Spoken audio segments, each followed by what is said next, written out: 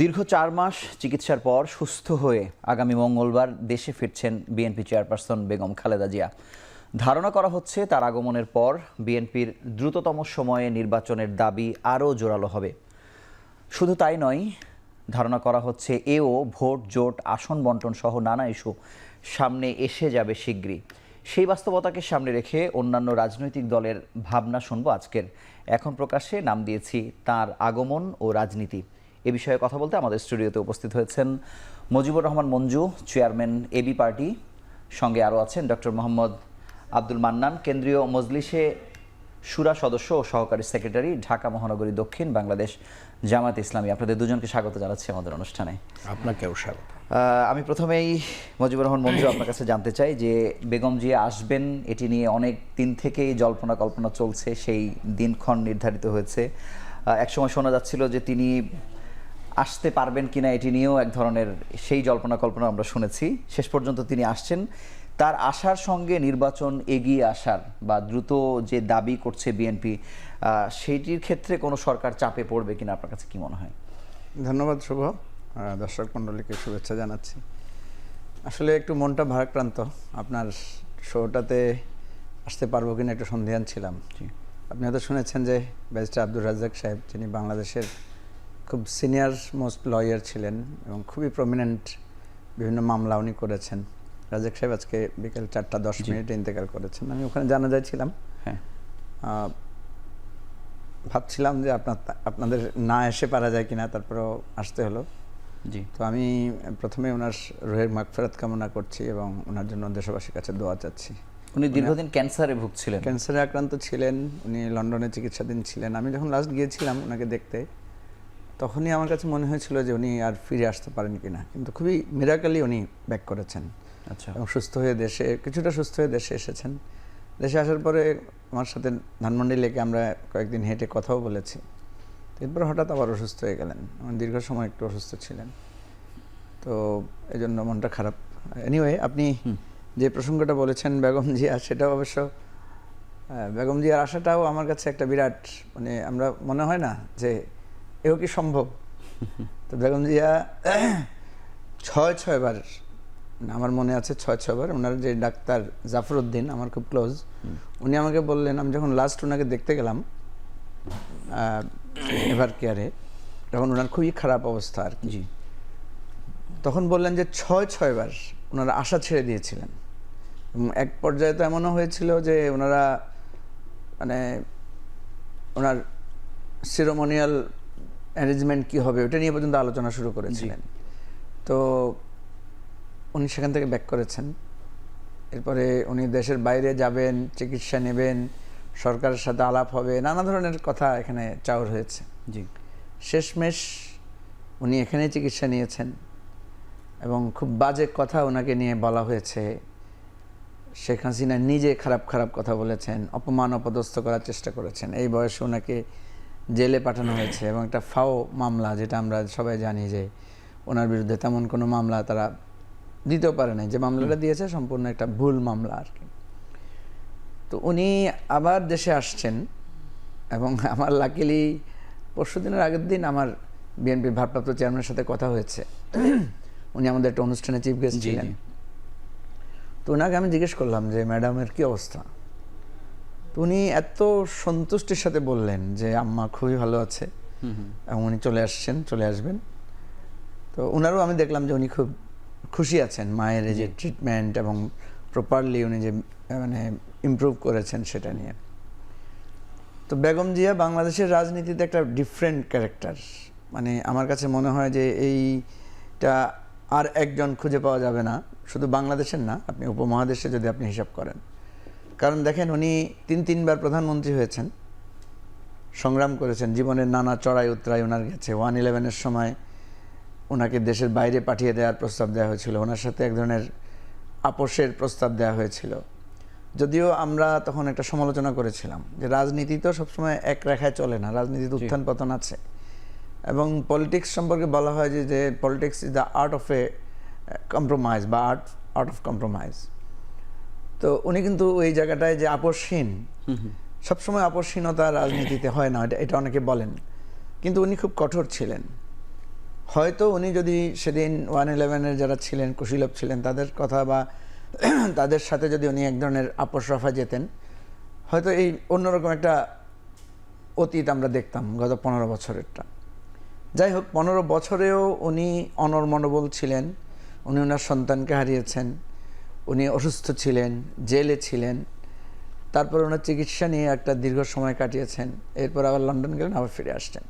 Interesting ব্যাপার হচ্ছে, উনি যখন লন্ডন গেলেন তখন অনেকে বলেছে যে বেগম জিয়া -2 হয়েছে আবার। একদম শুরুতে এই কথাগুলো সব থেকে বেশি শোনা তো যাচ্ছে। এখন আমার যারা বলেছেন তারা তো নিশ্চয়ই, যদি কেউ এই আলোচনা শুনেন, আমি তাদেরকে জিজ্ঞেস করব যে আপনারা যারা -2 গল্প ফেঁদেছিলেন এবং প্রফেসর ইউনূসের দিকে আঙ্গুল তুলেছিলেন যে এটা ইউনূসেরই কারসাজি, যে উনি কৌশল ওনাকে পাঠিয়ে দিয়েছেন, অথচ দেখেন আজকে কাতারের যে এয়ার অ্যাম্বুলেন্স, রাজকীয় এয়ার অ্যাম্বুলেন্সের জন্য কিন্তু প্রফেসর ইউনূসই রিকোয়েস্ট করেছেন কাতার সরকারকে।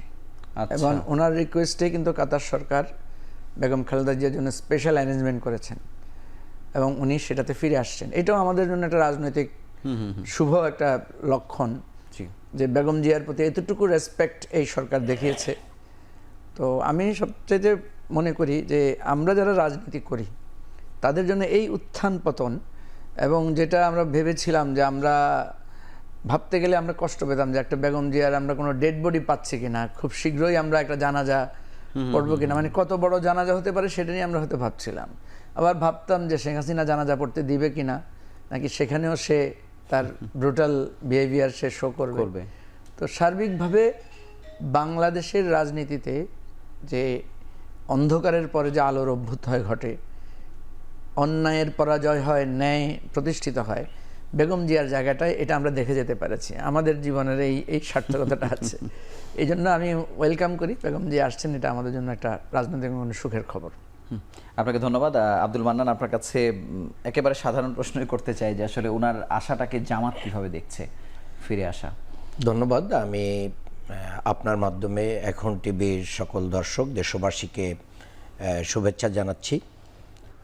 আমি এই অবস্থায় বাংলাদেশ জামাত ইসলামীর সাবেক সহকারী secretary general barrister Abdur Razzak, যিনি আজকে বিকাল 4:10 এই দুনিয়ার সফর শেষ করেছেন, ওনাকে স্মরণ করছি এবং ওনার আত্মার মাগফিরাত কামনা করছি। আল্লাহ তাআলা ওনার ভুল ত্রুটি ক্ষমা করে জান্নাতুল ফেরদাউস নসিব করুন, আমিন।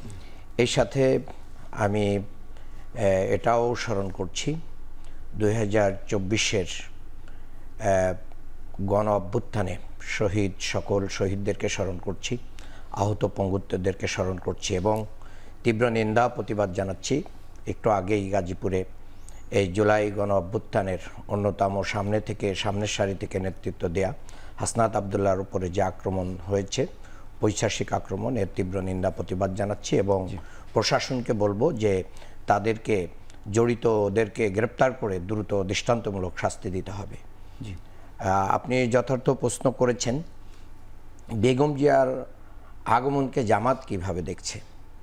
আপনি জানেন জামাত ইসলামীর সম্মানিত আমির লন্ডন সফরে গিয়ে বেগম জিয়ার সাথে সাক্ষাৎ করেছেন। ওনার ছেলে তারেক রহমান, ভারপ্রাপ্ত চেয়ারম্যান, ওনার সাথেও দেখা হয়েছে এবং এটা এসে উনি দেশবাসীকে এটা জানিয়েছেন। কুশল বিনিময় হয়েছে, স্বাস্থ্যের খবর নিয়েছেন, রাজনীতির খবর নিয়েছেন এবং সেখানে সৌহার্দ্যপূর্ণ আলোচনা হয়েছে। আমি মনে করি যে এই জাতীয় আলোচনার পরেই বেগম জিয়ার আগমন, এটা রাজনীতিতে যে 4 দলীয় জোট 20 দলীয় জোটের যে রাজনীতি, সেই রাজনীতির ক্ষেত্রে বেগম জিয়ার যে আপসহীন নেতৃত্ব ছিল, যে নেতৃত্বের কারণে আমাদের নেতৃবৃন্দের যে বিচারিক হত্যাকাণ্ড হয়েছিল, সেই জায়গাও বেগম জিয়া কিন্তু সোচ্চার ছিলেন। কখনো কিন্তু উনি দেশপ্রেম এবং অন্যায়ের ব্যাপারে উনি কিন্তু আপোষ করেননি। অনেক নেতাদেরকে আমরা দেখেছি যে ওনারা কি করেছেন, এটাকে মাইনাস করে গেছেন। বিশেষ করে আপনি যদি দেখেন যে বাংলাদেশের তিস্তার পানি, তারপরে হচ্ছে সীমান্ত এবং বাংলাদেশের যেখানে আমাদের এই দেশের সবচেয়ে জনপ্রিয় একজন ব্যক্তি মাওলানা দেলাওয়ার হোসেন সাঈদীর ফাঁসির রায়কে কেন্দ্র করে যে গণহত্যা হয়েছিল, এই গণহত্যার সময়ও উনি কিন্তু মতামত দিয়েছেন উনি নিন্দা জানিয়েছেন, তাই না? বাংলাদেশের রাজনীতিতে একটা ক্রুশিয়াল টাইমে ভারতের তদানীন্তন প্রেসিডেন্টের সাথে উনি সাক্ষাৎ বাতিল করেছেন। তাহলে বাংলাদেশের মাটি এবং মানুষের সাথে রাজনীতি করা এবং ইসলামপন্থীদেরকে সাথে নিয়ে রাজনীতি করা, ডানপন্থীদেরকে সাথে নিয়ে রাজনীতি করা, এবং আমি মনে করি যে এরকম একজন মানুষ যিনি সুস্থ হয়েছেন, বাংলাদেশ জামাত ইসলামী সহ যারা ডানপন্থী রাজনীতি করেন, ওনার আগমন এটা মানে আমাদেরকে ভালোর দিকে ইঙ্গিত করতেছে এবং আমরা এটাকে ওয়েলকাম করি। এবং আমি মনে করি যে এটা আসার ফলে বাংলাদেশের রাজনীতির গতিধারাও একটা পরিবর্তন আসবে। কিন্তু আমি জানতে চাই যে আপনারা যদিও বলার চেষ্টা করছেন যে সৌজন্য সাক্ষাৎ ছাড়া তেমন কিছু ছিল না, কিন্তু ওই সৌজন্য সাক্ষাতের পরেই কিন্তু দেখলাম যে আপনাদের নির্বাচনের দিন তারিখের প্রসঙ্গে বা সময়ের ব্যাপারে আপনারা এপ্রিলের প্রসঙ্গটি তুলেছেন। আসলে এটি কি আসলে তাদের সঙ্গে আলোচনা করেই এরকম তারিখের কথা আপনারা বলছেন কিনা? না, রাজনীতিতে তো কখনো প্রকাশ্য কখনো অপ্রকাশ্য অনেক আলাপ আলোচনা হয়, এটা স্বাভাবিক। কিন্তু ওই আলোচনার সাথে যে এই আলোচনা রিলেটেড বিষয়টা এরকম না। বাংলাদেশ জামাত ইসলামী সম্মানিত আমির ডাক্তার শফিকুর রহমান বরাবরই সুস্পষ্টভাবে জাতির সামনে তুলে ধরেছেন যে মৌলিক সংস্কার শেষ করে যত দ্রুত সম্ভব নির্বাচন দিতে হবে। সেই মৌলিক সংস্কার শেষ করার ক্ষেত্রে দেশের মানুষের যে ঐক্যমত্য কমিশনের সাথে যে বিএনপির 3 দিনের মিটিং, জামাত ইসলামের মিটিং, অন্য অন্য দলের যে মিটিং এবং আরও যে মিটিংগুলো হবে, এই জায়গায় একটা গেস করে আমিরে জামাত এটা বলেছেন যে আশা করা যায় এগুলো নিয়ে একটা ঐক্যমতে পৌঁছে আমরা ডিসেম্বরের পরে ফেব্রুয়ারিতে অথবা এপ্রিলে আমাদের নির্বাচন হওয়া সম্ভব। কারণ আপনি জানেন যে আওয়ামী লীগের আমলে অনেক ভুয়া ভোটার হয়েছে এবং এই ভুয়া ভোটারগুলোকে কিন্তু এখানে বাদ দেওয়ার বিষয় আছে, নির্বাচন কমিশনের প্রস্তুতির বিষয় আছে, নির্বাচনের সাথে জড়িত বিভিন্ন যে এজেন্সি আছে এই এজেন্সিগুলোতে আওয়ামী দোসররা বসে আছে, সেখানে এখনও পর্যন্ত দেশপ্রেমিকদেরকে বসার সুযোগ করে দেওয়া হয় নাই। সো দ্যাট এই প্রস্তুতিগুলো নিতে হবে। কারণ আগামীর বাংলাদেশের নতুন প্রজন্ম এবং বাংলাদেশের সাধারণ মানুষ ব্যালট বাক্স ছিনতাই হোক, পেশি শক্তির রাজনীতি হোক, কালো টাকার দৌরাত্ম্য হোক, এগুলো চায় না। এই জায়গায় যে যৌক্তিক সংস্কার দরকার, সেই জায়গাগুলোকে ইনশিওর করার একটা যে ফিউচার দেখেন, সেই জায়গা থেকে আমিরে জামাত এই সময়টা বলেছেন। তারপরেও রাজনৈতিক দলগুলোর ভিতরে যখন ইন্টারনালি ডায়ালগ হবে, সেগুলো আরও পারস্পরিক ঐক্যমতের ভিত্তিতে এটা আগাতেও পারে, পিছাতেও পারে। এটাই বাস্তব। আপনাকে ধন্যবাদ। আমি মজিবুর রহমান মঞ্জু আপনার কাছে একটু যেই প্রসঙ্গটি প্রথমে তুলেছিলাম যে আসলে ওনার আসার সঙ্গে নির্বাচনের সময় এগিয়ে আসার বা এই দাবি জোরালো হবার কোনো সম্পর্ক আপনি দেখেন কিনা? না, নির্বাচনের তারিখের ব্যাপারে তো বিএনপি আর সরকারের সাথে একটা মিল আছে, সেটা হচ্ছে ডিসেম্বরের ব্যাপারে একমত। জি, বিএনপি বলছে ডিসেম্বর কাট অফ টার্ম, আর সরকার বলছে যে ডিসেম্বর টু জুন। সরকার কিন্তু ডিসেম্বর নাকচ করে দেয় নাই। এখন কথা হচ্ছে যে এই যে মাঝখানে আবার অন্যান্যরা বিভিন্ন রকম কথা বলছে, কেউ ফেব্রুয়ারি বলছে, কেউ এপ্রিল বলছে, ইত্যাদি ব্যাপার। এখন বাস্তবতা হচ্ছে কি, বাস্তবতা হচ্ছে আমরা যে কথাটা বারবার বলার চেষ্টা করছি যে ডিসেম্বরে হবে না জানুয়ারিতে হবে না জুনে হবে, এটা টোটালটাই নির্ভর করছে এই সরকার কতটুকু কাজ করতে পারছে। জি, দেখেন, সরকারকে আমরা প্রথম থেকে বলছি যে আপনার প্রতি যদি জনগণ সন্তুষ্ট থাকে, তাহলে আপনি যদি একটু বিলম্বও করেন তাহলে কোনো অসুবিধা নাই। তখন রাজনৈতিক দল যারা নির্বাচন চায় বলে তাদের উপরে জনগণ একটা চাপ ফেলবে। আর আপনি যদি সঠিকভাবে গভর্নেন্স না চালাতে পারেন, মানুষের আশা আকাঙ্ক্ষার প্রতিফলন যদি না ঘটাতে পারেন, তাহলে মানুষ একটা সময় বলবে যে আপনি আর বসে থেকে লাভ কি, আপনি ইলেকশন দিয়ে চলে যান। বটে। এখন মানুষের প্রত্যাশাটা কি? মানুষের একদম নগদ প্রত্যাশাটা হচ্ছে সে নগদ যেটা দেখতে চায়, আইনশৃঙ্খলা পরিস্থিতির উন্নতি দেখতে চায়, সে দ্রব্যমূল্যটা সঠিক আছে কিনা সেটা দেখতে চায়। এরপরে সে দেখতে চায় যে এই যে ফ্যাসিবাদ যে হত্যাকাণ্ড করলো, এত রক্ত ঝরালো, এত খুন করলো, এত টাকা লুটপাট করলো, দেশটাকে একদম মানে শূন্যে পরিণত করলো, এদের একটা দৃশ্যমান বিচার দেখতে চায়। ঠিক আছে, কারণ এখনও তো দগদগে রক্তের ঘা সকলের হৃদয়ে আছে, সকলের এখনও ভিডিওগুলো দেখা যায় না যে ঘটনাগুলো ঘটেছে, তাহলে বিচারটা দেখতে চায়। 3 নম্বর হচ্ছে সংস্কারের কথাটা কেন বারবার এসেছে। সংস্কারটা কিন্তু হঠাৎ করে আসে নাই। আপনার মনে থাকার কথা যে কিশোররা যখন সড়ক নিরাপত্তার আন্দোলনটা করেছিল, নিরাপদ সড়ক চাই আন্দোলন করেছিল, সেখানে কিন্তু এই সংস্কারের বা এই রাষ্ট্র মেরামত চাই দাবিটা উঠেছিল এবং সেই দাবিটা তখন ব্যাপকভাবে মানুষের গ্রহণযোগ্যতা পেয়েছিল। কারণ তারা যখন দেখলো যে মন্ত্রীর লাইসেন্স নাই, বিচারপতির লাইসেন্স নাই, পুলিশের লাইসেন্স নাই, সচিবের নাই, ইভেন সাংবাদিকের নাই। এই যে তারা একটা প্রুভ করলো যে এই রাষ্ট্রের কারোই লাইসেন্স নাই। তো সুতরাং তখনই কিন্তু এই যে সংস্কার, আমরা নতুন রাষ্ট্রের মেরামত চাই, রাষ্ট্রটাকে বদলাতে হবে, রাষ্ট্রটাকে নতুন করে গড়তে হবে, এই দাবিটার কারণে কিন্তু বিএনপিও কিন্তু একটা সময় এই আমরা যারা নতুন রাজনীতির চাপ বা সংস্কারের কথা বলেছি, তাদের দাবির মুখে কিন্তু এসে বিএনপিও একমত হলো যে 31 দফা সংস্কার প্রস্তাব বিএনপিও এগ্রি করেছে। তো এখন সেই সংস্কারে যদি কিছুই না হয়, তাহলে মানুষ বলবে এই সরকার কি করেছে। দেখেন, বিএনপি যখন প্রথম বলল যে নির্বাচনের রোডম্যাপ চাই, তখন কিন্তু আমরা এটাকে সমালোচনা করেছি। কারণ আমাদের চিন্তা ছিল একটা সরকার এসেছে যেখানে একদম পিয়ন থেকে বিচারপতি পর্যন্ত পালিয়ে গেছে, হেডমাস্টার, প্রিন্সিপাল, হুজুর পর্যন্ত পালিয়ে গেছে দেশের। সেই অবস্থায় থানাগুলো অকার্যকর হয়ে আছে, সরকার অকার্যকর হয়ে আছে। তখন আমাদের কথা ছিল যে এই সরকারকে আগে আপনারা ভালো করে কাজ করতে দেন, দেশটা স্বাভাবিক করতে দেন, তারপরে আমরা নির্বাচনের রোডম্যাপ চাইব। এখন দেখেন, আজকে যখন 8-9 মাস পার হয়ে গেল, এখন কিন্তু আমরাও বলছি যে আসলে আমাদের তো একটা রোডম্যাপ দরকার। কারণ এই সরকার একটা অন্তর্বর্তীকালীন সরকার। আমি বলি যে এই অন্তর্বর্তীকালীন সরকারের প্রতি আমাদের সমর্থনটাও কিন্তু অন্তর্বর্তীকালীন, এবং এটার সাথে একটা শর্ত জুড়ে দেওয়া আছে। ওনারা এই কাজ করবেন এবং করে তারা একটা ইলেকশন দিয়ে যাবেন। অন্তর্বর্তীকালীন মানেটাই হচ্ছে এক সরকার থেকে আরেক সরকারের ট্রানজিশন টাইমটা ওনারা কাজ করবেন। সেই কাজগুলো যদি ওনারা দৃশ্যমান, ট্রাস্টওয়ার্দি, মানুষের আশা দিতে পারেন, তাইলে মানুষ একটু ইলেকশন এদিক সেদিক হলেও মানুষ কোনো কিছু মনে করবে। সেটা কতটুকু দিতে পেরেছে বলে আপনাদের পর্যবেক্ষণ কি?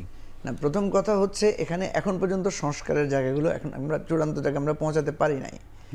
ডক্টর ইউনূস কিছুটা ফ্ল্যাকচুয়েট করেছেন। উনি প্রথমে বলেছেন যে আমার কথা শুনতে হবে, আমি আপনাদের সহযোদ্ধা।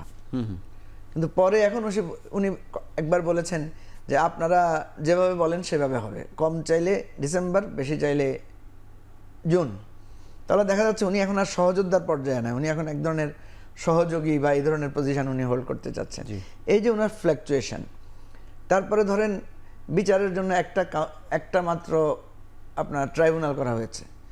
এখন সবাই প্রশ্ন তুলছে কেন 5টা ট্রাইব্যুনাল করা হলো না। বা আপনি জানেন যে আমাদের দেশে যখন একটা ইন্টারিম গভর্নমেন্ট আসে, আমাদের যে কেয়ারটেকার গভর্নমেন্ট, এটাও কিন্তু একটা ইন্টারিম গভর্নমেন্ট। ইন্টারিম গভর্নমেন্ট এসেই কিন্তু প্রশাসনে একটা বড় ধরনের পরিবর্তন ঘটায় এবং পুরা অ্যাডমিনিস্ট্রেশনটা সে কন্ট্রোলে নেয়। প্রফেসর ইউনূস এটা নিতে পারেননি। এটা নিতেই উনি প্রায় 3-4 মাস, এবং ইভেন এখনও যেমন এখনও অনেকে সমালোচনা করছে যে সরকারের নিয়ন্ত্রণ আছে কিনা, প্রশাসনের উপর সরকারের নিয়ন্ত্রণ আছে কিনা। আপনি দেখেছেন যে একটা অপারেশন ডেভিল হান্ট, একটা অপারেশন চালানো হয়েছে, কিন্তু দৃশ্যমান তেমন কোনো সন্ত্রাসী বা চিহ্নিতরা ধরা পড়ে নাই। এখনও অনেক জায়গায় দেখা যাচ্ছে যে আওয়ামী লীগের খুনি সন্ত্রাসীরা 1-2টা করে ধরা পড়ছে। তাহলে ডেভিল হান্টে ধরা পড়লো না কেন? তাহলে ডেভিল হান্ট কার্যকর ছিল না, অথবা সেখানে কোনো ধরনের শৈথিল্য ছিল কিনা প্রশ্নগুলো এসে যায়। সেই জায়গা থেকে আমি এখনো মনে করি সরকারের হাতে, সরকার কিছুটা ইমেজ ডেভেলপ করেছে, রমজানের দ্রব্যমূল্য, রমজানের যাতায়াত ব্যবস্থা নিয়ে মানুষ কিছুটা সন্তুষ্ট। কিন্তু এখন রমজানের পরে কিন্তু আবার দ্রব্যমূল্য বাড়ছে, আইনশৃঙ্খলা পরিস্থিতির মাঝে মাঝে একটু অবনতির উঁকি ঝুঁকি মারছে। সেই জায়গা থেকে আমি এখনো মনে করি সরকার যদি তার এই দৃশ্যমান জায়গাগুলোর সংস্কার, বিচার এবং আইনশৃঙ্খলা পরিস্থিতি উন্নতি ঘটাতে না পারে, তাহলে কিন্তু পয়েন্টটা বিএনপির পক্ষে যাবে। মানুষ বলবে হ্যাঁ, বিএনপির কথাই তো সঠিক। যেমনিভাবে আমরা প্রথমে বিএনপির রোডম্যাপের ব্যাপারে আমরা পজিটিভ ছিলাম না, এখন আমরাও বলছি যে হ্যাঁ, রোডম্যাপ দিতে হবে। আপনি শুধু নির্বাচনের রোডম্যাপ না, বিচারের রোডম্যাপ, সংস্কারের রোডম্যাপ, আপনার নির্বাচনের রোডম্যাপ, তিনোটাই দিতে হবে। কারণ তিনোটার জন্য তো আলাদা আলাদা অথরিটি কাজ করছে। তো এই জায়গা থেকে আমি মনে করি বেগম জিয়ার যে আগমনের সাথে আমি এটাকে খুব রিলেট করতে চাই না। বেগম জিয়া ফিরে এসেছেন, উনি কিন্তু নিজের ইচ্ছায় ফিরে এসেছেন। উনি চাইলে ওখানে উনি ভালো একটা চিকিৎসা ব্যবস্থা ছিলেন, নাতি নাতনিদের মধ্যে, সন্তানদের মধ্যে, ছেলের বউদের মধ্যে উনি খুব ভালো সময় কাটাচ্ছিলেন। কিন্তু উনি কেন ফিরে আসছেন? কারণ আমরা দেখেছি বেগম জিয়া কখনোই আননেসেসারি টাইম ওয়েস্ট করেন না বাইরে। তো উনি দেশে ফিরে আসছেন, দেশে ফিরে আসলে হয়তো দেখা যাবে উনি রাজনৈতিক নেতাকর্মীদের সাথে আগে দেখা করতে পারেন না, এখন তো দেখা করবেন।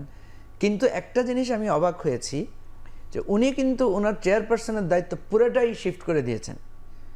উনি তারেক রহমানকে যে ভারপ্রাপ্ত চেয়ারম্যানের দায়িত্ব দিয়েছেন, এই জায়গায় ওনার কোনো ইন্টারফারেন্স নাই, পুরোটাই তারেক রহমান, পুরো নেতৃত্বটাই উনি মানে ওনার নিজের নিয়ন্ত্রণে নিয়ে উনি কাজ করছেন, এক্সারসাইজ করছেন আর কি। এই যে একজন চেয়ারপারসন থাকা অবস্থায় উনি যে তার সাকসেসরকে উনি তৈরি করে দিয়ে যাচ্ছেন, এবং স্টিল দেখেন বেগম জিয়া কিন্তু এখনো টপ মোস্ট সেলিব্রিটি হিসেবে বাংলাদেশের সবচেয়ে এই হিসেবে উনি এখনো রয়ে গেছেন। জি। তাহলে বিএনপির একটা কি সুবিধা, একটা হচ্ছে Begum Zia still alive with her image, Tarique Rahman full fledged driving করছেন, দল চালাচ্ছেন। এরপরে সাথে উনি দুইজন পুত্রবধূকে নিয়ে আসলেন, এবং যেই দুই পুত্রবধূরও ইমেজ এখন অলমোস্ট আপনি দেখবেন যে, যেমন তারেক রহমানের স্ত্রী জোবাইদা রহমান, ওনার একই তো উনি তারেক রহমানের স্ত্রী, আরেকদিকে ওনার ব্যক্তিগত একটা ইমেজ আছে, উনি একটা ভালো ফ্যামিলির, যে ফ্যামিলির একটা হিস্ট্রি আছে সেই ফ্যামিলি থেকে এসেছেন।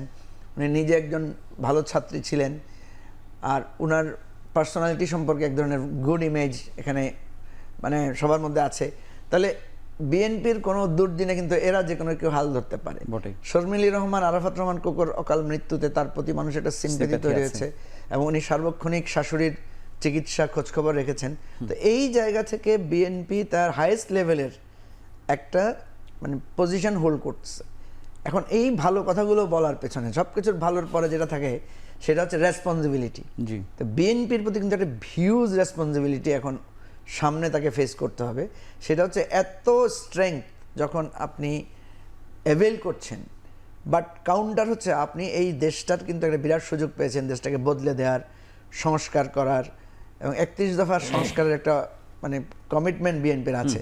সুতরাং বিএনপি যদি কোনোভাবে বাংলাদেশের রাষ্ট্র ক্ষমতায় আসতে পারে, তাহলে তার স্ট্রেংথের তুলনায় সে কতটুকু অপরচুনিটিকে হ্যান্ডেল করতে পারছে, বটেই। কতটুকু বাংলাদেশকে সে একটা নতুন বাংলাদেশ উপহার দিতে পারছে, এটা কিন্তু একটা বাড়তি চাপ বিএনপির প্রতি তৈরি হবে। ইতিমধ্যে আমরা এটা অলরেডি হয়ে গেছে। ইতিমধ্যে আমরা দেখছি নানা ধরনের বহিষ্কার টহিষ্কার সব মিলিয়ে কিন্তু মানুষের কিছুটা মানে সংশয় মানুষের মধ্যে আমরা দেখতে পাচ্ছি। আশা করি বিএনপি নেতারা এটাকে ভালো করে আপনাকে দেখবেন। অসংখ্য ধন্যবাদ চমৎকার করে বলবার জন্য। আমরা ছোট্ট একটি বিরতি নিয়ে ফিরছি। দর্শক, আপনারা দেখছেন এখন প্রকাশ।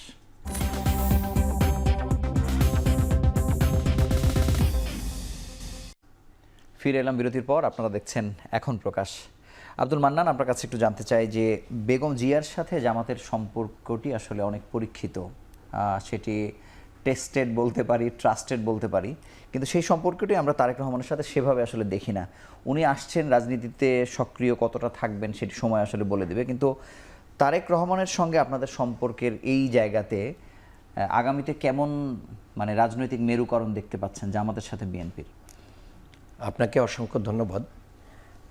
আমি আগেও বলেছি যে বিএনপি নেত্রী বেগম খালেদা জিয়া তিনবারের সাবেক প্রধানমন্ত্রী, ওনার সাথে বাংলাদেশের যারা সুস্থধারার রাজনীতি করেন তাদের সম্পর্ক ভালো ছিল। কিন্তু মঞ্জু ভাই বলেছেন যে উনি এখন তো কোনো পদে নাই, উনি তো সুস্থ হয়েই ফিরে এসেছেন।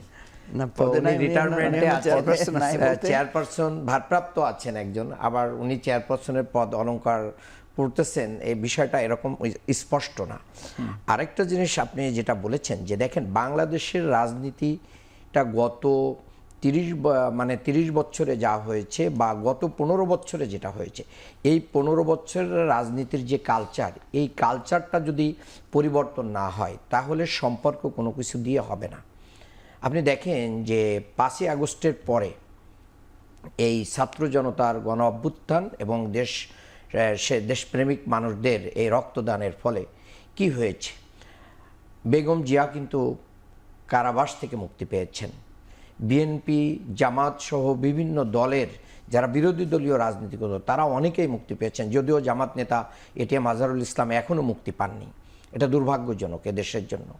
তো দেখেন এই জায়গায় এসে আমরা কি দেখলাম, আমরা দেখলাম যে 5ই আগস্টের পরে এদেশের মানুষ একটা রাজনৈতিক কালচারের পরিবর্তন দেখতে চেয়েছিল, আদর্শিক রাজনীতি দেখতে চেয়েছিল। সেই জায়গায় মানুষ কি দেখলো, টেম্পো স্ট্যান্ড দখল দেখলো, চাঁদাবাজি দেখলো, তারপরে পেশি শক্তি দেখলো, আভ্যন্তরে নিজেদের দলীয় রাজনীতিতে হানাহানির মাধ্যম দিয়ে প্রায় 80 জনের মতন মানুষের জীবন চলে গেল। তো এই জাতীয় রাজনীতি তো বাংলাদেশের মানুষ দেখতে পায়নি, চায় না। দ্বিতীয় হচ্ছে যে আপনার মনে থাকার কথা, দেশবাসীর মনে থাকার কথা, 2009 সালের পরে বাংলাদেশে বিএনপির আর কোনো কাউন্সিল হয় না। আমি মনে করি যে বেগম খালেদা জিয়ার আগমনের ফলে প্রথম একটা দেশের মানুষের চাওয়া পাওয়া থাকবে এটাই যে যারা গণতন্ত্রকে আগামী দিনে চর্চা করতে চায় বাংলাদেশে, তারা আগে বাংলাদেশে নিজেদের দলের ফোরামে নিজস্ব আভ্যন্তরীণ নির্বাচন এবং দলীয় গণতন্ত্র কী করবে, চর্চা করবে। এই প্রেশারটা কিন্তু বিভিন্ন বলয় থেকে আসবে যে আপনারা নিজেদের নির্বাচনের মাধ্যমে নিজেদের সমস্ত জায়গাগুলো কি করে দেন, আপনারা এই নেতৃত্ব তৈরি করেন। আপনি জানেন যে বিএনপির গঠনতন্ত্রে একটা ধারা ছিল যে 3/4 ভোটের মাধ্যমে দলীয় চেয়ারপারসনের পদেও কি আনা যায়, মানে ভেটো আনা যায়, তাকে অপসারণ করা যায়। এই ধারাটাও কিন্তু ওই সময় বিলুপ্ত করা হয়েছে। এবং আমরা বাংলাদেশের রাজনীতিতে যেটা দেখলাম যে বিএনপি এবং আওয়ামী লীগের যে রাজনৈতিক যে কাউন্সিলগুলো হয়, এই কাউন্সিলগুলোতে কি করা হয়, 1জন থেকে 2জনকে নির্বাচিত করা হয়। বিএনপিতে করা হয়েছে ম্যাডাম এবং তারেক রহমান, আর আওয়ামী লীগে করা হয়েছে শেখ হাসিনা এবং ওবায়দুল কাদের, অর্থাৎ সাধারণ সম্পাদক। এরপরে একবারে একচ্ছত্র ক্ষমতা দিয়ে দেওয়া হয়, দিয়ে এখানে আর কোনো রাজনৈতিক গণতন্ত্র চর্চার পথ রেখে দেওয়া হয় না। কিন্তু তরুণ প্রজন্ম কি চাচ্ছে? তরুণ প্রজন্ম কিন্তু সব জায়গায় এই গণতন্ত্রটাকে চর্চায় দেখতে চায়। সেই জায়গার একটা চাপ কিন্তু বিএনপির পরে থাকবে। বিএনপির যে দখলের রাজনীতি, পেশিশক্তির রাজনীতিকে মানে বাদ দিয়ে বিএনপি যে গঠনমূলক রাজনীতি নিয়ে আসতে পারবে, এই চ্যালেঞ্জটা কিন্তু বিএনপিকে এখন নিতে হবে। এই জন্য তারেক রহমান কিন্তু বারবার বলেনও যে আগামী নির্বাচন বিএনপির জন্য আপনারা যত সহজ মনে করছেন দলীয় লোকদেরকে, উনি কিন্তু এটা মনে করছেন না। তার কারণ হচ্ছে যে আভ্যন্তরীণভাবে বিএনপির নেতাকর্মীরা যে পরিমাণ অপরাধের সাথে সংযুক্ত হচ্ছে, সেই অপরাধগুলোকে উনি ইঙ্গিত দিয়েছেন। এই অপরাধের কারণে ওনাদের যে জনপ্রিয়তা এটা কমে গেছে। আপনারা জানেন, আপনাদের টেলিভিশনেও একটা জরিপ নিয়ে আলোচনা হয়েছিল, ইনোভেশন বাংলাদেশ তারা একটা জরিপ করেছিল। সেই জরিপে দেশের প্রায় আপনার 62% মানুষ তারা কাকে ভোট দেবে এটা সিদ্ধান্ত নিয়েছে। সেই সিদ্ধান্তে তারা কি বলেছে, 41.7% মানুষ সে সময়, এই জরিপটা কিন্তু ফেব্রুয়ারি থেকে মার্চে হয়েছে, সেই সময়ের নিউজ হচ্ছে যে 41.7% মানুষ বিএনপিকে সাপোর্ট করে। ঠিক একইভাবে 31.7% জামাতকে সাপোর্ট করে। আবার 14% মানুষ আওয়ামী লীগকে সাপোর্ট করে, 5.1% এনসিপিকে সাপোর্ট করে, আর 7.6% অন্য অন্য দলকে সাপোর্ট করে। এখান থেকে এসে আবার যখন এই যে মানে হানাহানির রাজনীতি শুরু হলো, সেখানে স্বস্তিতে আছে কিনা? না, জামাত স্বস্তিতে বলতে জামাত তো আদর্শের পরেই আছে। জামাত তো কোথাও দখলের রাজনীতি করে নাই, বরঞ্চ জামাত ইসলামীর আমিরকে আমরা মানুষের মানে মানবতার ফেরিয়ালা বলছে। এখন মানুষ মানবতার ফেরিয়ালা বলছে। যেখানেই মানুষ সমস্যাগ্রস্ত হচ্ছে সেখানেই উনি ছুটে যাচ্ছেন, যেখানে নৌকা ডুবি এখানে ছুটে যাচ্ছেন, যেখানেই অ্যাক্সিডেন্ট হচ্ছে এখানেই ছুটে যাচ্ছেন। যে এই যে এতজন মানে প্রায় 2000 শহীদ পরিবারের কাছে 2 লক্ষ করে টাকা নিয়ে গিয়েছেন, তাদেরকে পাশে দাঁড়িয়েছেন, আহতদের পাশে দাঁড়িয়েছেন। ঈদের আগে আমরা শহীদ পরিবারগুলোতে আমিরে জামাত অনেকগুলো, ঢাকাতে তিনি বাড়িতে পরিবারের সাথে ঈদ না করে শহীদ পরিবারের সাথে ঈদ করেছেন। এই যে মানে নতুন ধারার রাজনীতি, মানে দেশের কারণে জনসমর্থন আপনাদের অনেক বাড়ছে, সেটা মনে হচ্ছে আপনাদের? হ্যাঁ, মানে এর কারণে কি জনসমর্থন অনেক বাড়ছে? জনগণই তাই মনে করছে। আমাদের গত একটা গণসংযোগ কর্মসূচি ছিল গত 30 তারিখ পর্যন্ত। এই পর্যন্ত আমরা প্রতিটা এলাকায় গণসংযোগ করেছি। আপনি জানেন যে এই সূত্রাপুর, ওয়ারি, গ্যান্ডারিয়া এলাকায় আমি আমার অর্গানাইজেশনের কারণে বিশেষভাবে এলাকায় গণসংযোগ করতেছি। এই এলাকায় গণসংযোগ করতে দেখলাম যে মানুষ এখন কিন্তু জামাত ইসলামের প্রতি যে ভুল ধারণা ছিল এটা ভেঙে গেছে। তারা বলছে যে জামাতের 2জন মন্ত্রী ছিল, তারা মন্ত্রণালয় চালিয়েছেন কিন্তু একটা টাকা দুর্নীতি করেন নাই। এটা তো একটা মেরাকাল। এবং জামাতের কাছে এই জাতীয় লিডারশিপ আছে যারা দুর্নীতিমুক্ত বাংলাদেশ উপহার দিতে পারবে। এই জায়গা থেকে বাংলাদেশ জামাত ইসলামের কাছে এদেশের মানুষের প্রত্যাশা অনেক বেড়ে গেছে। আমরা মনে করি এদেশের ইসলামপন্থীরা যারা আদর্শিক রাজনীতি চায়, যারা দুর্নীতিমুক্ত বাংলাদেশ চায়, যারা নতুন বাংলাদেশ চায়, যারা ইন্ডিয়ার দখল এবং তার কন্ট্রোল থেকে বের হয়ে সে স্বাধীন বাংলাদেশের রাজনীতি চায়, ন্যায্যতার ভিত্তিতে বাংলাদেশকে উপস্থাপন করতে চায়, এই নতুন প্রজন্ম বাংলাদেশ জামাত ইসলামীকে নতুনভাবে ভাবতেছে। এটাই হচ্ছে আমাদের এই গণসংযোগের রেজাল্ট। আপনাকে ধন্যবাদ। মুজিবুর রহমান মঞ্জু, আপনার কাছে একটু জানতে চাই যে বিএনপির সঙ্গে আপনাদের সম্পর্ক ভালো, আপনার সাক্ষাৎ তারেক রহমানের সঙ্গে বা আপনাদের প্রোগ্রামে বিএনপির নেতৃবৃন্দের উপস্থিতি বা যেভাবে বলি না কেন, কিন্তু সংস্কার ইস্যুতে আমরা দেখছি যে বিএনপির সাথে আপনারা ভিন্ন মত পোষণ করেন সবসময়, আপনারা সংস্কারটাকে বেশি প্রাধান্য দিচ্ছেন। মানে সেদিক থেকে এই জোটের যে মেরুকরণ আগামী দিনে হবে, সেখানে জামাতের সাথে আপনাদের কোনো জোট হতে পারে কিনা, নাকি বিএনপির সাথে হতে পারে, মানে সেটি নিয়ে আসলে আপনাদের না, চিন্তা কিরকম? এই সমস্ত ব্যাপারে আমাদের স্পষ্ট কথা আমরা আগেও বলেছি। প্রথম কথা হচ্ছে, আমাদের ব্যক্তিগতভাবে আমি নিজেই তো সংস্কারের দাবি তোলার কারণে আমার রাজনীতির একটা ভিন্ন পথ তৈরি হয়েছে। সুতরাং এটা আমাদের ইস্যু যে বাংলাদেশকে আমাদের একটা সংস্কার করে একটা নতুন জায়গায় যেতে হবে। কারণ 50 বছরের এই দেশটা একটা জায়গায় এসে আমরা দেখেছি যেটা আর ওয়ার্কেবল না। গণতন্ত্রের মোড়কে এটা ফ্যাসিবাদের দিকে চলে যাচ্ছে। বারবার একই ঘটনা ঘটছে। এরশাদের সময় বিএনপির রেজিম যেটা ছিল, এরপরে সেটা হয়েছে। ফলে আমরা মনে করছি যে এই জায়গায় এসে দেশটাকে নতুন করে রিফর্ম করে আবার নতুন একটা যাত্রা শুরু করতে হবে। সেজন্য আপনি দেখবেন আমরা কিন্তু সেকেন্ড রিপাবলিকের কথা প্রথম বলেছিলাম, যে ফার্স্ট রিপাবলিক ফেল করেছে, so we need to be second republic, and নতুন করে আবার শপথ নিতে হবে, নতুন করে একটা প্রক্লামেশন আমাদেরকে ডিক্লেয়ার করতে হবে। তো এটা স্বাভাবিক। ওল্ড পার্টি যারা আছেন, পুরাতন দল যারা আছেন, তারা এটা বুঝতে চান না, তারা এই পথে হাঁটতে চান না। এনিওয়ে, অসুবিধা নাই, আমরা একটা জিনিস চাইলে এবারই করতে হবে তা না, এটা নিয়ে আমরা পলিটিক্স করব, আমরা আমাদের দাবি তুলে ধরবো, নাম্বার 1। নাম্বার 2 হচ্ছে, দেখেন, আমরা আমাদের প্রথম দফায় আমরা বলেছি আমরা জাতীয় ঐক্য গঠন করতে চাই, যার কারণে আমরা সকল দলের সাথে একটা সুসম্পর্ক তৈরি করা। আপনি দেখবেন যে ইসলামপন্থী দলগুলোর সাথেও আমাদের সুসম্পর্ক, লেফট ওরিয়েন্টেড দল যেগুলো, তাদের সাথে আমাদের সুসম্পর্ক। আমাদের কাউন্সিলেও আপনি দেখবেন, বা লাস্ট আমাদের যে প্রশ্নপূর্তি হয়েছে সেখানে দেখবেন সব ঘরানার, সব চিন্তার লোকদেরকে আমরা এক জায়গায় সমবেত করার চেষ্টা করেছি।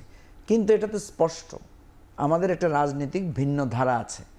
আমরা একটা সলিউশন বেসড পলিটিক্সের কথা বলছি, আমরা অধিকার ভিত্তিক একটা কল্যাণ রাষ্ট্রের কথা আমরা তুলে ধরছি, যেখানে কোনো মতবাদ বা কোনো ধর্মীয় বিভেদ বা মুক্তিযুদ্ধের অবদান নিয়ে কাড়াকাড়ির বিষয়টা প্রাধান্য পাবে না। প্রাধান্য পাবে আমার রাষ্ট্রের গুরুত্ব, রাষ্ট্রের কি প্রয়োজন সেটা। দেখেন, আমরা দীর্ঘ সময় ধরে কে জাতির পিতা, কে স্বাধীনতার ঘোষক, এটা নিয়ে ঝগড়া করে আমরা সময় কাটিয়েছি।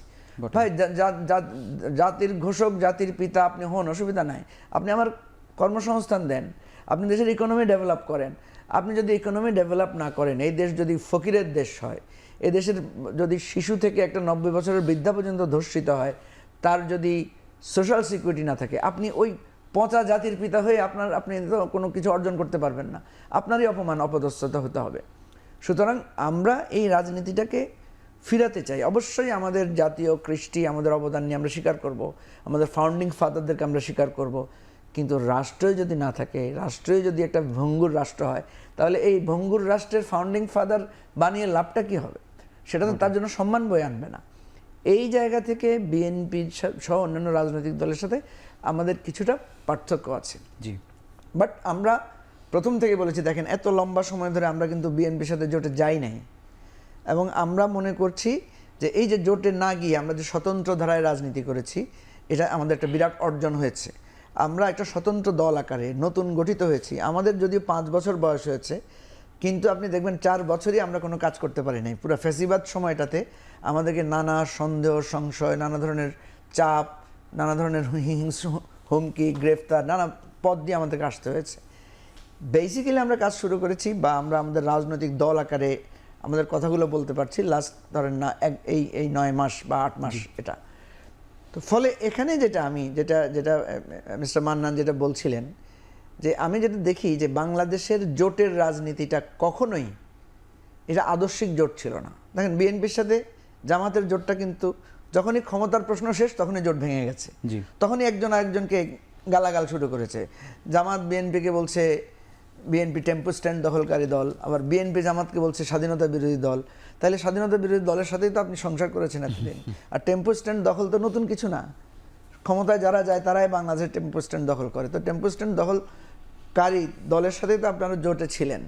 সুতরাং এই যে পুরানো রাজনীতির ধাঁচে আবার চলে আসছে, আবার ওনারা একই ধাঁচে কথা বলছেন যে আপনার সাথে যখন আমি ছিলাম আমি খুব ভালো, যখনই নাই তখনই জামাত খারাপ, তখনই বিএনপি খারাপ। কিন্তু আমি একটু অন্য প্রসঙ্গে জানতে চাই যে আপনাদের দল বা এনসিপি যাদের আসলে সেই পর্যায়ের জনসমর্থন তৈরি হয়নি, তারা আসলে জাতীয় রাজনীতিতে কেমন ভূমিকা আপনারা রাখতে পারেন? জনসমর্থন তো তৈরি হতে সময় লাগবে, অবশ্যই লাগবে, কারণ আমরা তো বললাম যে একটা দল মাত্র 5 বছর, একটা শিশু কথা বলতেও তো 5 বছর লাগে। আমরা মাত্র দল আকারে আমাদের দলকে কেউ চিনতই না।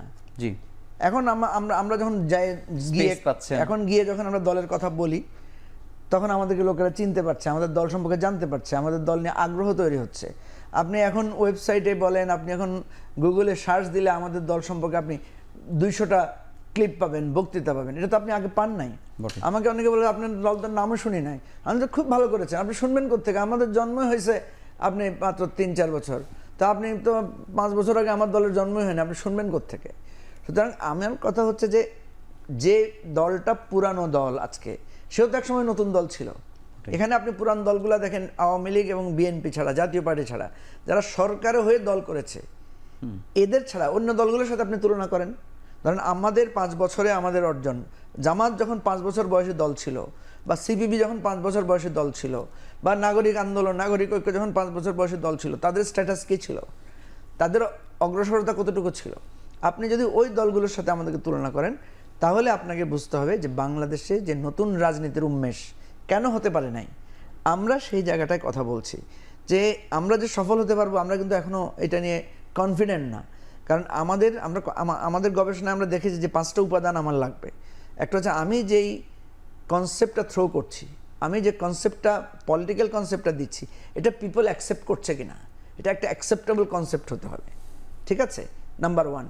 নাম্বার 2 হচ্ছে এই কনসেপ্টটা এটা ইনক্লুসিভ কনসেপ্ট কিনা, সকলের জন্য কিনা, নাকি এটা এক্সক্লুসিভ, এবং এটা কিভাবে আমরা পৌঁছাতে পারছি মানুষের কাছে, মানুষের ভাষার মতো করে মানুষকে বোঝাতে পারছি কিনা, ইজিলি মানুষ আমাদের দলটাকে বুঝতে পারছে কিনা, এই শক্তিটা আমাদের লাগবে।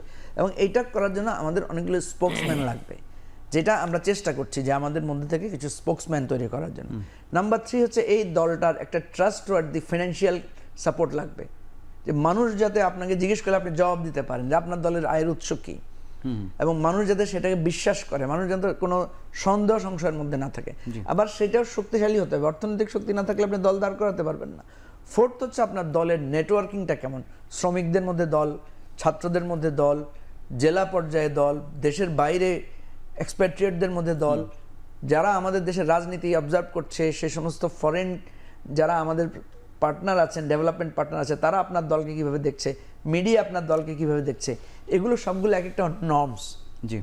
অ্যান্ড নাম্বার 4 হচ্ছে এক ধরনের টাওয়ারিং লিডারশিপ। দেখেন আমরা যখন রাজনীতি শুরু করেছি, দল শুরু করেছি, আমাদেরকে কেউ চিনতো না।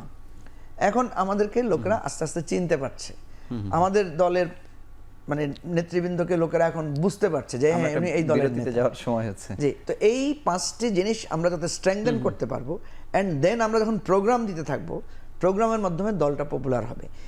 এই নতুন একটা শূন্য থেকে একটা দল তৈরি করে বাংলাদেশের ক্ষমতাসীন দলগুলোকে চ্যালেঞ্জ করে একটা জায়গার, সেই পথে আমরা হাঁটার চেষ্টা করছি এবং আমরা খুব আশাবাদী। আপনাকে অসংখ্য ধন্যবাদ। আমরা আরও একটি বিরতি নিচ্ছি। দর্শক, আপনারা দেখছেন এখন প্রকাশ।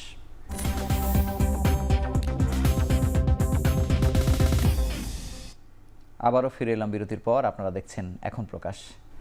আব্দুল মান্নান, আপনার কাছে জানতে চাই যে জামাতের, যদিও এই প্রসঙ্গে আপনি কিছুক্ষণ আগে একটু কথা বলেছেন, জামাতের নির্বাচনের সময় নিয়ে অনেক বিক্ষিপ্ত কথা শোনা যাচ্ছে। কখনো ডিসেম্বর পর্যন্ত এসছে, বর্ষার পরে এপ্রিল, মানে এই এত রকম কথা কেন বলছে, বা এটি কি এক ধরনের কনফিউশন নাকি কোনো ধরনের অস্থিরতা?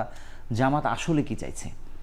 না, জামাত যে নির্বাচন চাইছে এ ব্যাপারে তো কোনো মানে দ্বিধাদ্বন্দ্ব চাইছে, মানে এই সময় নিয়ে নির্বাচনমুখী দল, জামাত নির্বাচন চাই। এটা এমন ট্রলও হচ্ছে না, ট্রল করতে যারা ট্রল করার তারা করতেছে, তবে জামাত ইসলামী সুস্পষ্ট করে বলতেছে যে আমরা এই ঘোষিত টাইমের ভিতরে চাই।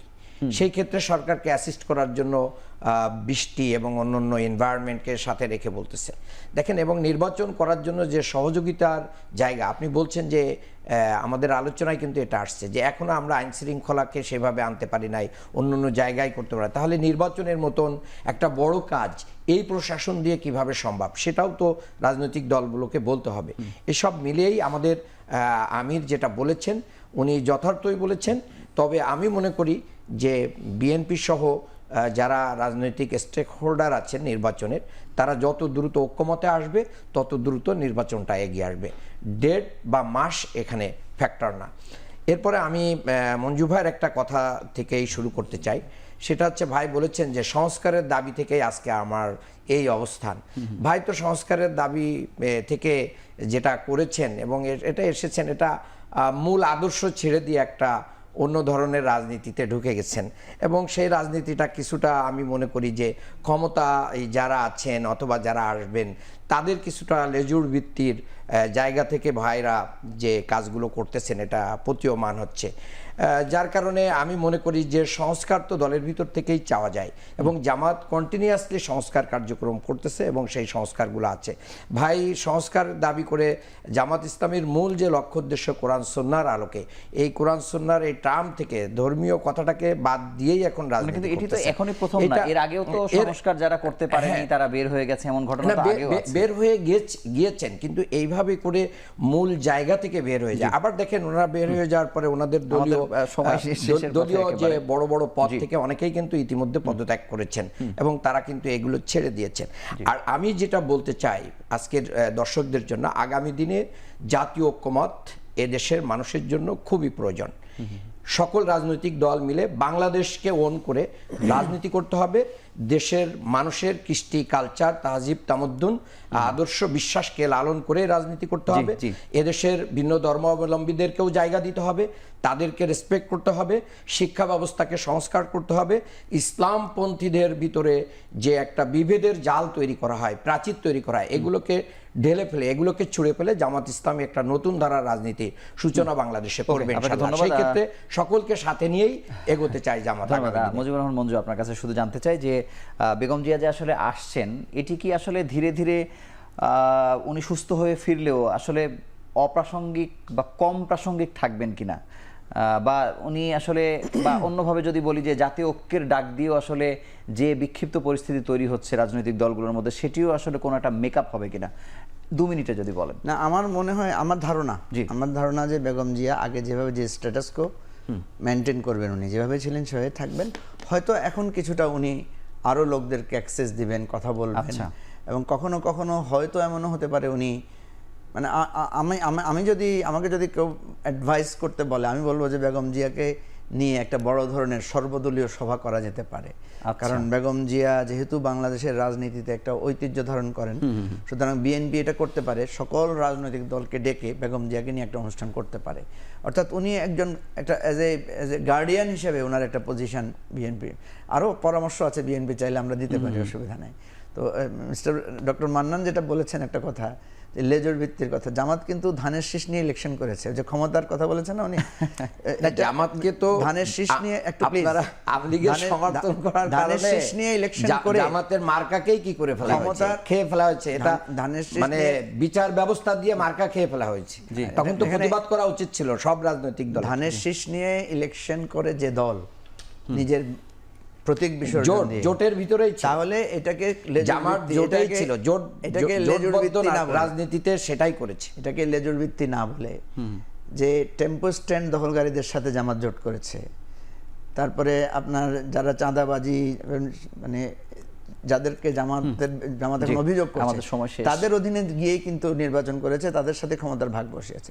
সুতরাং অন্যদের সম্পর্কে আঙ্গুল তোলার সময় এটা, এই জন্য এই রাজনীতিটা আমরা পরিহার করতে চাই, যে আপনি অন্যের দিকে আঙ্গুল না তুলে নিজের দিকে তাকাতে হবে। এটাই হচ্ছে নতুন রাজনীতির সবক, এবং এটা যদি না নেওয়া হয় তাহলে কিন্তু বাংলাদেশের নতুন রাজনীতির পথ আগাবে না। আমি মূলত বলতে চাইছি আদর্শিক জায়গাটাকে এখানে এনফাসিস করতে চাইছি। আন্তরিকভাবে অভিনন্দন জানাচ্ছি। ধন্যবাদ। একেবারে টক শোর মঞ্চ থেকে শুরু করে বাংলাদেশের যত রাজনৈতিক দল আছে তারা এক ধরনের এক প্ল্যাটফর্মে ঠিক না, যদি ঐক্যমত্য না হয় তাহলে হয়তো এই বিশৃঙ্খলা থাকবে, বা 24-এর পরে যে নতুন বাংলাদেশ গড়ার যে স্বপ্ন আমরা দেখছি সেটা হয়তো অধরায় থেকে যাবে। তো আমরা চাই যে সবাই মিলেমিশে এমন একটা জায়গায় আসুক যেটি দিয়ে অন্তত নতুন বাংলাদেশের যে প্রত্যাশা বা স্বপ্ন আমরা দেখছি সেটি যেন বাস্তবায়ন হয়। সেই প্রত্যাশায় আজকের মতো বিদায় নিচ্ছি। ভালো থাকুন, সুস্থ থাকুন।